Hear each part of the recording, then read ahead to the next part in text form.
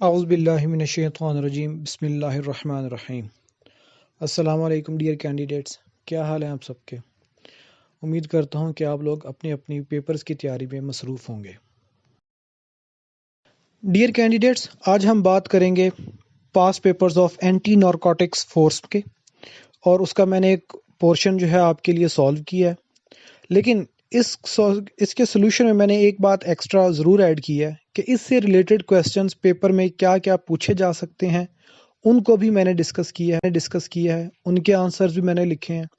क्योंकि जो कोई भी टेस्ट होता है उसमें पास पेपर के क्वेश्चंस का कुछ ना कुछ रेफरेंस जो होता है वो ऐड होता है।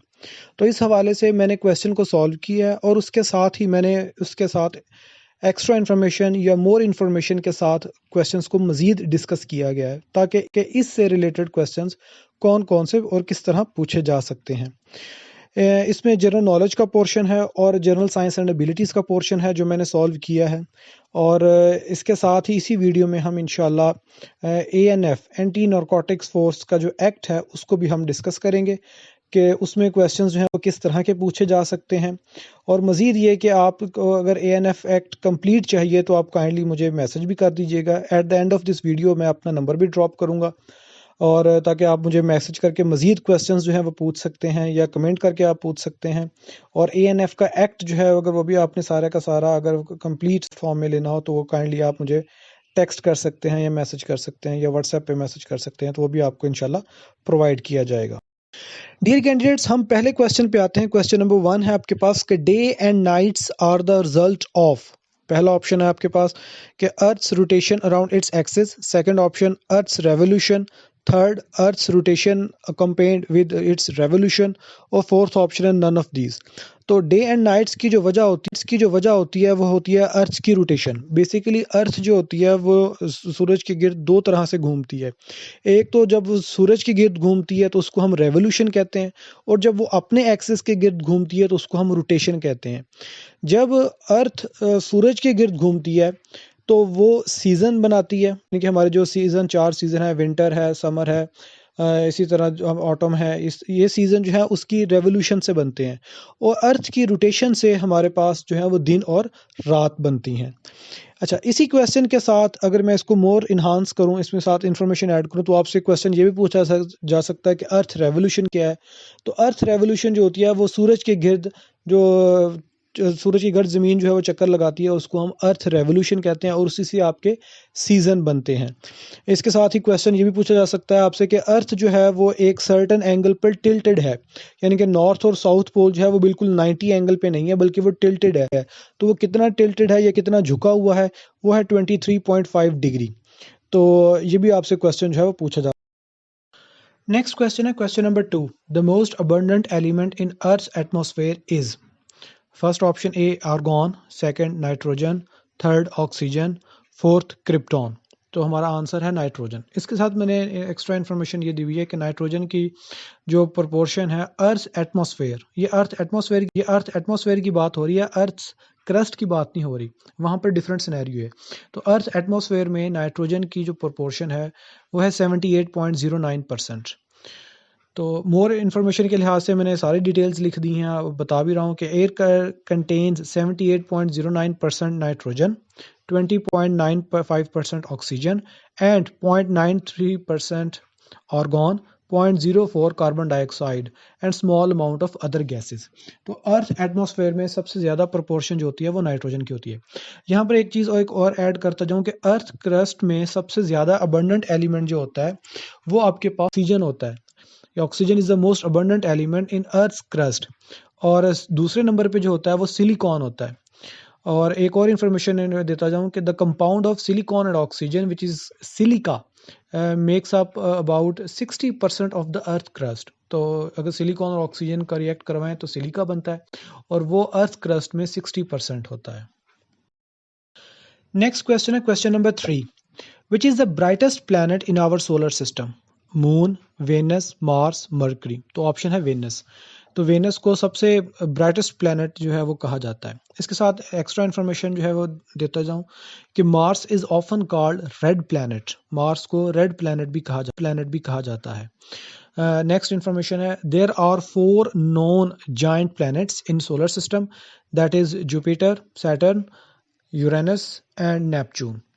एंड द लास्ट इंफॉर्मेशन वो भी देता जाऊं कि which is the planet has more moons, के किस प्लैनेट के सबसे ज़्यादा मून्स हैं, तो वो है सैटर्न के। इसके साथ साथ मैं और भी आपको बताऊं कि द हॉटेस्ट प्लैनेट और द ब्राइटेस्ट प्लैनेट वेनस है। The hottest planet and brightest planet Venus है। उसके बाद द बिगेस्ट प्लैनेट और द हैवीएस्ट प्लैनेट ये जुपिटर है।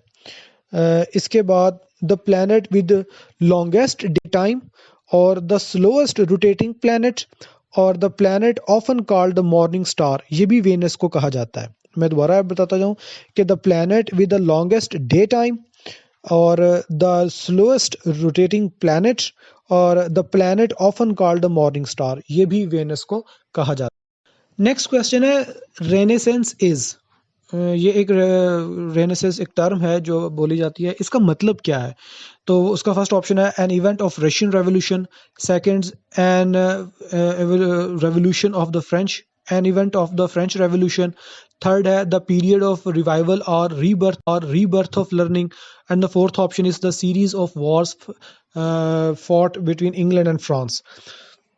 तो इसमें हमारा ऑप्शन जो है वो थर्ड होगा, the period of revival and rebirth of learning. इसमें एक्स्ट्रा इन्फॉर्मेशन आपको देता जाऊं कि फ्रेंच रेवोल्यूशन जो है वो स्टार्ट हुआ था 1789 से और 1990 10 साल रहा है 1799 तक। और रशियन रेवोल्यूशन जो है या उसको बोल्शेविक रेवोल्यूशन भी कहते हैं, जो जिसका बानी जो था वो लीनिन था और जिससे आज रशिया जो है जिसकी बुनियाद रखी गई है। पहले वो यूएसएसआर था, फिर 1990 में उसकी स्टेट्स जो थी वो 10 सेंट्रल एशियन स्टेट्स वो अलहदा हो गई तो 1990 में, तो फिर वो उसको रशिया कहा जाने लगा। अब रशियन फेडरेशन उसको कहा जाता है, पहले उसको 1990 से पहले यूएसएसआर कहा जाता था। उसका बानी जो है वो लीनिन को कहा जाता है और रशियन रेवोल्यूशन या बोल्शेविक रेवोल्यूशन जो था वो 1917 को अक्कर हुआ। तो थर्ड है हमारे पास, the Anglo French wars was a series of conflicts between England and France. तो इंग्लैंड एंड फ्रांस की जो वॉर्स हुई थी उसको हम एंग्लो फ्रेंच वॉर्स भी कहते हैं। नेक्स्ट क्वेश्चन है question number 5, the French revolution began in the year, French revolution जो है वो किस सन में शुरू हुआ? 1770, 1788, 1789, फोर्थ ऑप्शन इज 1750। तो इसका आंसर बनता है 1789, थर्ड ऑप्शन, यानी कि 1789। और एक्स्ट्रा इन्फॉर्मेशन में ऐड करता जाऊं कि हम जिसे हमने लास्ट स्लाइड में डिस्कस किया था फ्रेंच रेवोल्यूशन को, तो फ्रेंच रेवोल्यूशन जो था वो स्टार्ट हुआ था 1789 में और ये एंड हुआ था 1799 में। और rain of terror in French revolution जो है वो 5 सितंबर 1793 से लेकर 28 जुलाई 1794 तक रहा, जिसमें कई लोगों को जो फेमस थे पॉलिटिकल हवाले से या एरिस्टोक्रेट थे उनको हैंग किया गया, बल्कि हैंग की बजाय को गैलोटीन से जो है वो मारा गया। तो वो दौर ऐसा था जिसमें किसी पर भी गद्दारी का मुकदमा चल सकता था या गद्दारी का मुर्तकब हो सकता था और इस दौर को कहा जाता था रेन ऑफ टेरर। इसके अलावा एक और चीज़ जो है कि जो इंग्लैंड का रेवोल्यूशन है वो 1688 में हुआ था और इसी तरह जो अमेरिकन वॉर ऑफ इंडिपेंडेंस है वो 1775 से लेकर 1783 तक लड़ी गई। तो ये भी अमेरिकन की और ब्रिटिश की और ये फ्रेंच की तीनों का कॉमन है रेवोल्यूशन। अक्सर इससे रिलेटेड एमसीक्यूज जो है वो। नेक्स्ट क्वेश्चन, क्वेश्चन नंबर 6 है, who wrote the communist manifesto, communist manifesto किसने लिखा? Lenin, Karl Marx, Stalin, none of these. तो इसका आंसर है कार्ल मार्क्स, कि कम्युनिस्ट मैनिफेस्टो जो है वो कार्ल मार्क्स ने लिखा है। और वैसे भी फादर ऑफ जो कम्युनिज्म है, एक्स्ट्रा इन्फॉर्मेशन देता जाऊँ कि फादर ऑफ कम्युनिज्म जो है वो कार्ल मार्क्स है और कार्ल मार्क्स जो है वो जर्मनी से ताल्लुक़ रखता था। स्टालिन जो था वो सेकेंड वर्ल्ड वॉर में यूएसएसआर का प्रेसिडेंट था और यहाँ यानी कि अगर मैं सेकेंड वर्ल्ड वॉर में ही जो मेन लीडर्स थे जो सेकेंड वर्ल्ड वॉर में थे वो इंग्लैंड में थे विंस्टन चर्चिल और अमेरिका के थे फ्रैंकलिन डी रोजवेल्ट और रशिया के थे जोसेफ स्टालिन। तो ये तीन लोग थे जो सेकेंड वर्ल्ड वॉर में पेश थे, यानी कि ये लीडर्स थे।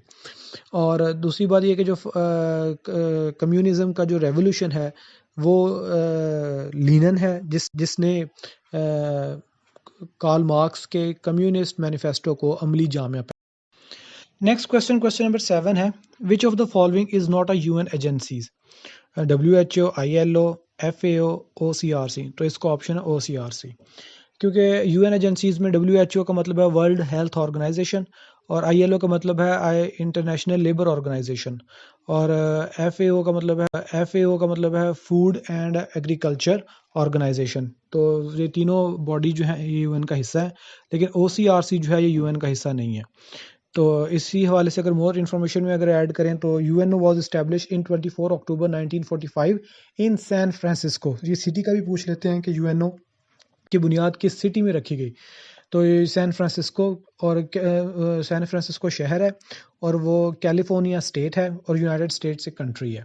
तो उस वक़्त जब ये यूएनओ की बुनियाद रखी गई, तो उस वक़्त जो रिप्रेजेंटेटिव थे वो राउंड अबाउट 50 कंट्रीज़ के वहाँ पे शामिल थे।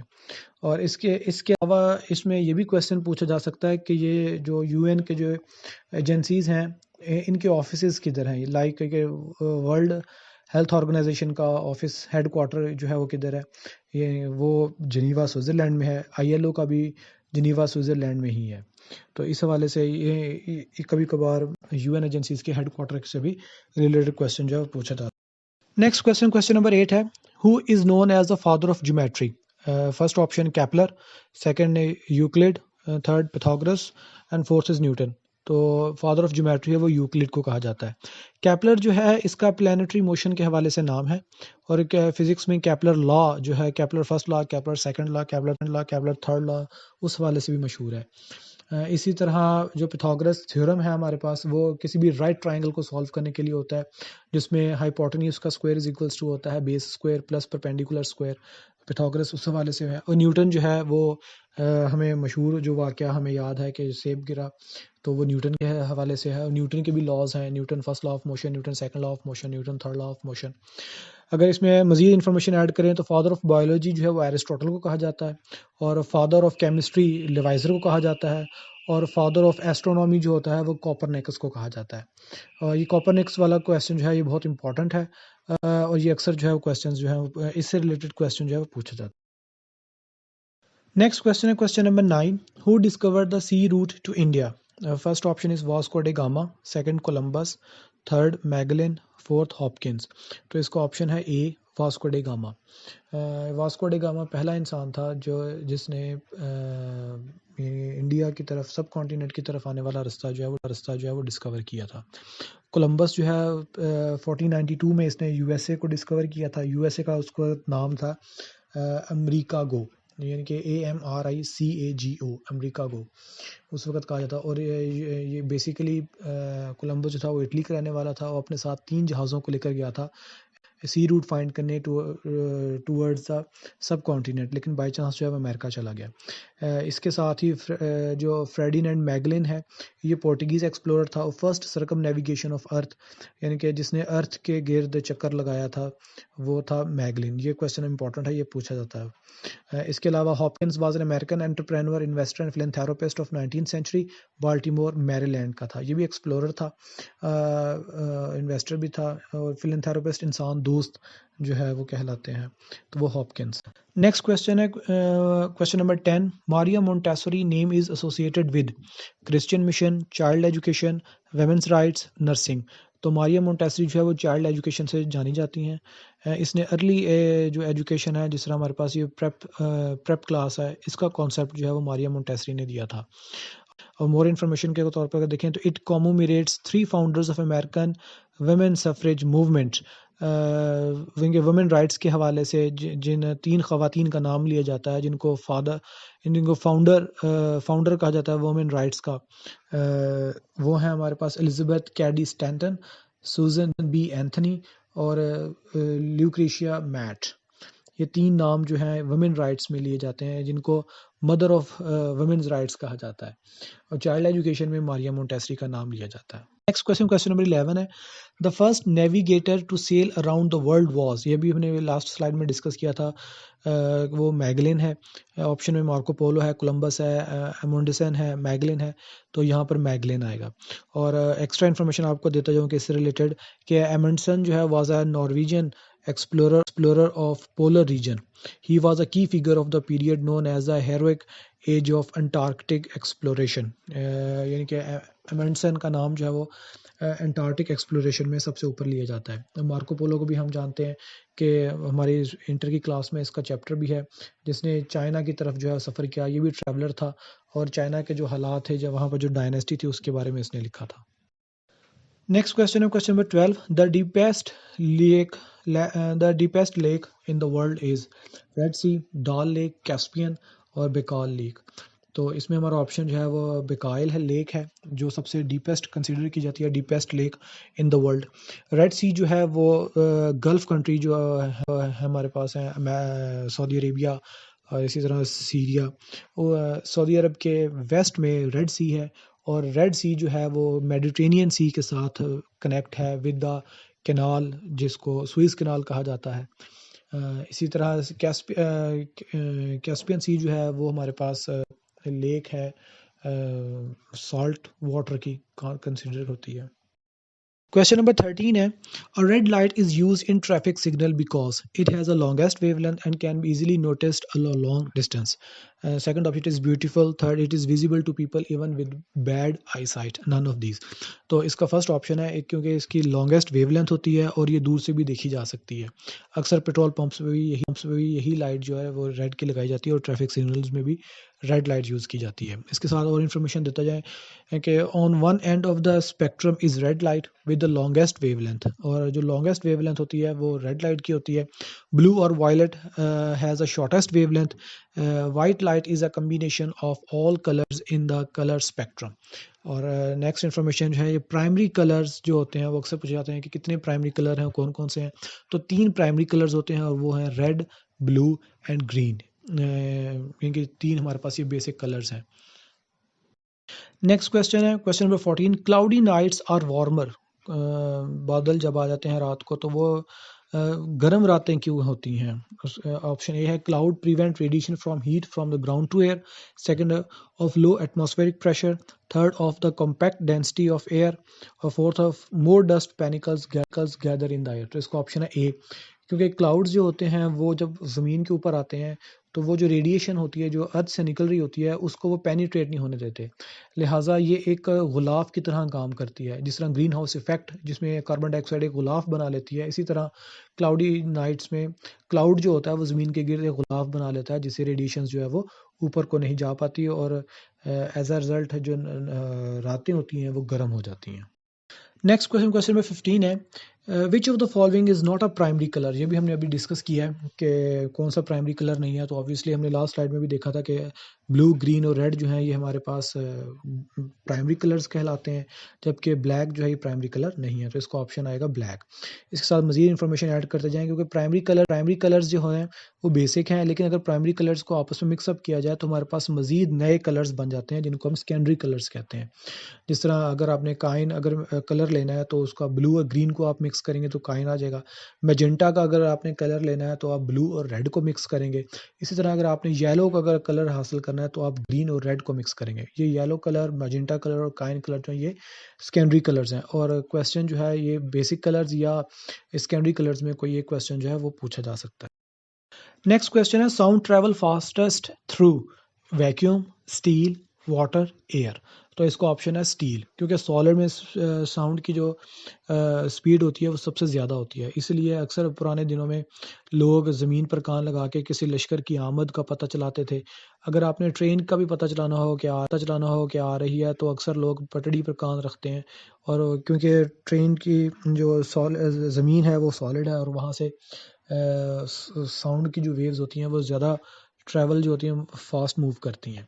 इसके साथ मज़ीद इन्फॉर्मेशन ऐड करते हैं। The speed of sound in air is about 343 metre पर सेकेंड और 1235 किलोमीटर पर आवर और 1125 फुट पर सेकेंड और 767 मीटर पर आवर। ये चारों जो यूनिट्स में वैल्यूज़ मैंने आपको बताई हैं, इन चारों वैल्यूज़ में से किसी ना एक वैल्यू पे वो क्वेश्चन जो है वो आ सकता है। पीएमएस में 2019 में आई थिंक या 2018 में स्पीड ऑफ साउंड पूछी गई थी, लेकिन वो पूछी गई थी किलोमीटर पर आवर में, तो इसलिए मैंने इसको मेंशन। नेक्स्ट क्वेश्चन है question number 17। The chemical name of vitamin C. Chemical name जो है विटामिन सी का क्या है? First citric acid, second ascorbic acid, third option oxalic acid, fourth nitric acid. तो इसका ऑप्शन है एस्कोर्बिक एसिड। और मज़ीद इन्फॉर्मेशन आपको देता जाऊँ कि दूध में सिर्फ विटामिन सी जो है वो प्रेजेंट नहीं होता, बाकी सारे विटामिन जो हैं वो प्रेजेंट होते हैं। इसलिए विटामिन सी को दूध को इसलिए एक कंप्लीट डाइट कहा जाता है क्योंकि उसमें सारे विटामिन अवेलेबल होते हैं। लेकिन सिर्फ विटामिन सी जो है, जो इसको एस्कोर्बिक एसिड कहते हैं, वो दूध में नहीं पाया जाता। नेक्स्ट क्वेश्चन है question number 18। Age of a tree can be determined by first option counting of number of rings in stem, number 2 counting the number of leaves, number 3 counting the number of branches, number 4 measuring the size of the tree. तो इसका option है first counting the number of the ring in stem. इसमें ring होते हैं कि सबसे पहले usually इस तरह होता है कि दरख्त के बाहर जो सबसे रिंग होता है वो वाइट कलर का होता है, उससे आगे फिर ब्राउन, उसके आगे ब्लैक, इस तरह रिंग्स जो होते हैं वो बने होते हैं। इसमें मज़ीद क्वेश्चन जो है वो जनरल साइंस में ये पूछा जा सकता है कि पौधों में फूड और वाटर ले जाने के लिए कौन से टिश्यूज़ यूज़ होते हैं, तो वो जाइलम और फ्लोएम है। जाइलम जो होता है वो वाटर जो है कैरी करता है, और फ्लोएम जो होता है वो फूड को कैरी करता है। नेक्स्ट क्वेश्चन है question number 19। When Zulfikar Ali Bhutto stepped in a president and civilian chief martial law officer. तो इसका ऑप्शन है 20 दिसंबर 1971, 15 दिसंबर 1971, थर्ड 25 दिसंबर 1971 और फोर्थ ऑप्शन 16 दिसंबर 1971। तो इसका ऑप्शन है फर्स्ट 20 दिसंबर 1971। और अनफॉर्चुनेटली पाकिस्तान जो था वो दो लख्त हो गया था 16 दिसंबर 1971 को। और अनफॉर्चुनेटली जो आर्मी पब्लिक स्कूल में अटैक हुआ था वो भी 16 दिसंबर 2014 को ओकर हुआ था। इस हवाले से ब्लैक डे जो है वो हम दोनों तरह से इनके ब्लैक डे कहते हैं इसको, क्योंकि एक एपीएस का अटैक हुआ था और बांग्लादेश जो था वो पाकिस्तान से अलहदा हो गया, यानी कि मगरबी पाकिस्तान का मशरकी पाकिस्तान से अलहदा हो जाना। नेक्स्ट क्वेश्चन है when president Sikandar Mirza nominated Bhutto become is minister of commerce and industry. First option 1955, second 1958, third 1956 और फोर्थ 1960। तो इसका ऑप्शन बी है 1958। और सिकंदर मिर्जा ने पहले मार्शल लॉ भी 1958 7 अक्टूबर 1958 को लगाया था। और उसके बाद ठीक 20 दिन बाद 27 अक्टूबर 1958 को जो जनरल अयूब थे उन्होंने सिकंदर मिर्ज़ा को फारा कर दिया था।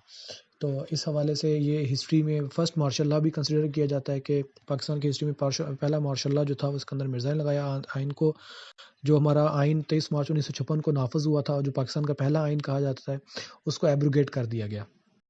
नेक्स्ट क्वेश्चन है question number 21। When Zulfikar Ali Bhutto became foreign minister.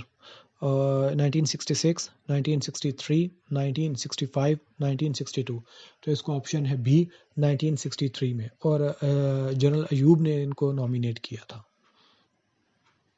Next question question number 22 है who set up ministry of religious affair for the first time in Pakistan.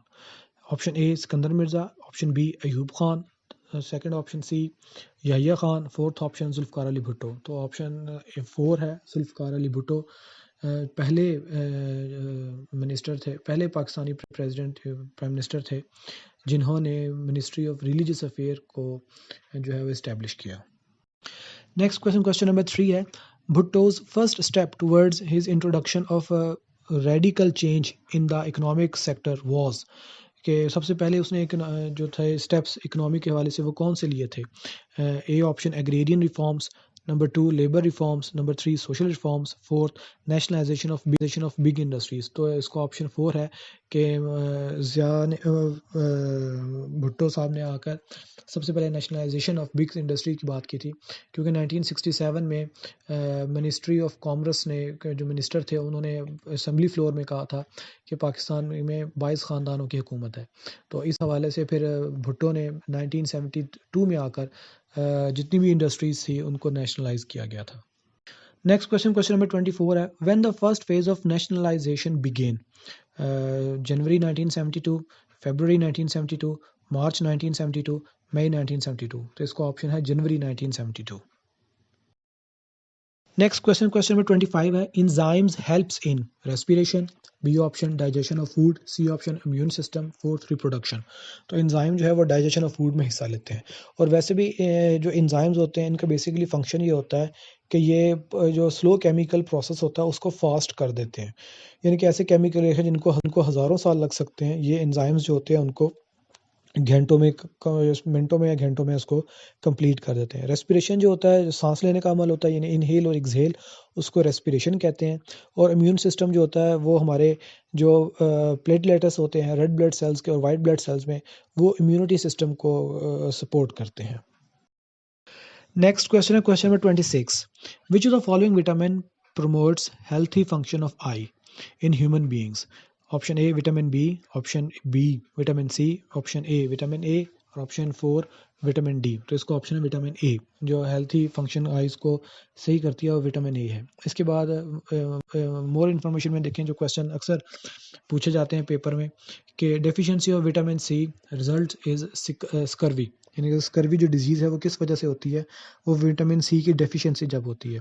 इसी तरह रिकेट्स जो डिजीज़ है वो किस वजह से होती है, वो विटामिन डी की वजह से होती है। और इसी तरह डिजीज़ बेरी बेरी जो है वो किस वजह से होती है, वो विटामिन B1 की डेफिशिएंसी की वजह से होती है।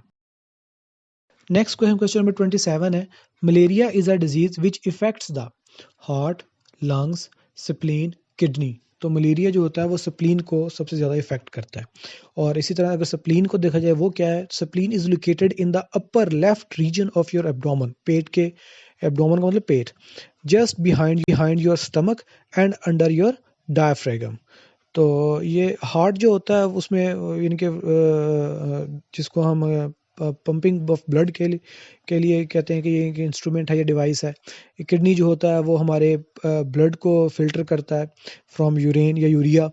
लंग्स जो होते हैं वो हमारे इनहेल और एक्सहेल, यानी कि ऑक्सीजन अंदर लेके जाते हैं और कार्बन डाइऑक्साइड रिलीज करते हैं। नेक्स्ट क्वेश्चन, क्वेश्चन नंबर 28 है, leukaemia is a disease of the, option A lungs, option B blood, option C skin, option 4 nerves. तो ल्यूकीमिया जो होता है वो ब्लड की डिजीज होती है। मोर इन्फॉर्मेशन में देखें तो leukaemia is a blood cancer caused by the rise of the number of white blood sales in your body, यानी कि जो वाइट ब्लड सेल्स होते हैं वो बढ़ जाते हैं तो खून में, तो वो ल्यूकीमिया डिजीज़ होती है। इसी के साथ इंफॉर्मेशन जो है, those white blood cells crowd out the red blood cells and platelets that your body needs to be healthy, the extra white blood cells do not work right. इसी में अगर अगर एक्स्ट्रा इन्फॉर्मेशन को add करें तो human red blood cells are found mainly in the bone marrow and are believe to have an average life span of approximately 120 days. ये अक्सर question पूछा जाता है कि रेड ब्लड सेल्स जो होता है उनका टाइम स्पैन कितना होता है, तो 120 days. The life span of white blood cells organs from 30 to 20 days, 13 से 20 दिन जो होता है वो वाइट ब्लड सेल्स का लाइफ स्पैन होता है। नेक्स्ट क्वेश्चन है question number 29, autopsy is connected with, option A postmortem, option B study of living cells, option C cancer, number 4 none of these. तो ऑटोप्सी जो है वो पोस्टमार्टम से related है। अगर एक्स्ट्रा इन्फॉर्मेशन को ऐड किया जाए, the study of cell is called cell biology, cellular biology और cytology. And next information is oncology is the study of cancer. And the next information, ethnochoreology is the study of dance through the application of number of disciplines such as anthropology, musicology, ethnomusicology and ethnography। ये dance से related जितनी भी terms हैं ये उससे related है। और cancer से रिलेटेड जो है वो ऑन्कोलॉजी है। और सेल बायोलॉजी और सेलुलर बायोलॉजी और साइटोलॉजी जो है वो स्टडी ऑफ सेल से रिलेटेड। क्वेश्चन नंबर 30 है, Alexander Fleming discovered, option A penicillin, option B x ray, option C streptomycin, option D telephone. तो अलेक्जेंडर फ्लेमिंग का जो नाम है वो पेंसिलिन के साथ जुड़ा है, जिसने 1928 में पेंसिलिन को डिस्कवर किया था। मोर इन्फॉर्मेशन में अगर देखें तो x ray was discovered by William Roentgen, इनके विलियम रोटेंजन ने एक्सरेज को डिस्कवर किया था।